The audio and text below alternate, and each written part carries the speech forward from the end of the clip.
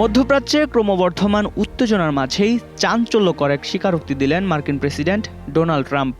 ইরানের আকাশে মার্কিন যুদ্ধবিমান ভেঙে পড়ার ঘটনা প্রথমবারের মতো প্রকাশ্যে স্বীকার করে তিনি জানালেন এটি যুদ্ধের অংশ, কিন্তু তাতে কূটনৈতিক সমঝোতার পথ থেমে থাকবে না, বরং সংঘাত চললেও আলোচনার দরজা খোলা রাখার পক্ষেই যুক্তরাষ্ট্র।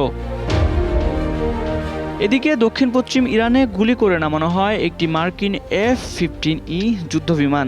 এতে থাকা দুজনের একজনকে উদ্ধার করা সম্ভব হলেও অন্য পাইলট এখনও নিখোঁজ। এ বিষয়ে সরাসরি মন্তব্য এড়িয়ে গেছেন ডোনাল্ড ট্রাম্প। মার্কিন প্রশাসনের ভাষ্য, উদ্ধার অভিযান চলছে, তবে সেটি অত্যন্ত সংবেদনশীল হওয়ায় বিস্তারিত কিছু জানানো সম্ভব নয়। অন্যদিকে নিখোঁজ পাইলটকে ঘিরে তৎপরতা শুরু করেছে ইরানও। স্থানীয় সংবাদ মাধ্যমগুলো জানিয়েছে ওই পাইলটকে জীবিত অবস্থায় ধরিয়ে দিলে পুরস্কারের ঘোষণা দেওয়া হয়েছে। এতে পরিস্থিতি আরও উত্তেজনাপূর্ণ হয়ে উঠেছে। যুদ্ধক্ষেত্রের বাইরেও এটি এখন মনস্তাত্ত্বিক ও কৌশলগত লড়াইয়ের রূপ নিয়েছে। নগদ নিয়ে এলো হার না মানা হার অফার। সর্বনিম্ন 10,000 টাকা রেমিটেন্স নগদে পাঠালে থাকছে স্বর্ণের হার জেতার সুযোগ। ইরান দাবি করেছে হরমুজ প্রণালীর কাছে তারা যুক্তরাষ্ট্রের আরও একটি A-10 যুদ্ধবিমান ধ্বংস করেছে।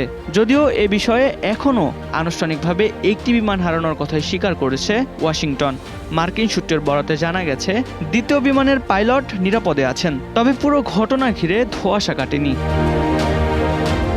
সংবাদ মাধ্যমে দেওয়া সাক্ষাৎকারে ডোনাল্ড ট্রাম্প স্পষ্ট করে বলেছেন, এটা যুদ্ধ এবং আমরা যুদ্ধের মধ্যে আছি, কিন্তু তাতে আলোচনার প্রক্রিয়া থেমে থাকা উচিত নয়। তার এই বক্তব্যে স্পষ্ট, সংঘাত চললেও কূটনৈতিক সমাধানের পথে হাঁটতে আগ্রহী যুক্তরাষ্ট্র। পাকিস্তানের মধ্যস্থতায় যুক্তরাষ্ট্র ও ইরানকে আলোচনায় বসানোর উদ্যোগ অনেক দূর এগোলেও শেষ মুহূর্তে সরে দাঁড়িয়েছে তেহরান। ফলে সমঝোতার পথে নতুন অনিশ্চয়তা তৈরি হয়েছে। তবুও পরিস্থিতি সামাল দিতে সুর নরম করেছেন ডোনাল্ড ট্রাম্প, যা ইঙ্গিত দিচ্ছে যুদ্ধের উত্তাপের মধ্যেও কূটনৈতিক পথ পুরোপুরি বন্ধ হয়ে যায়নি। Desk report, 21 television.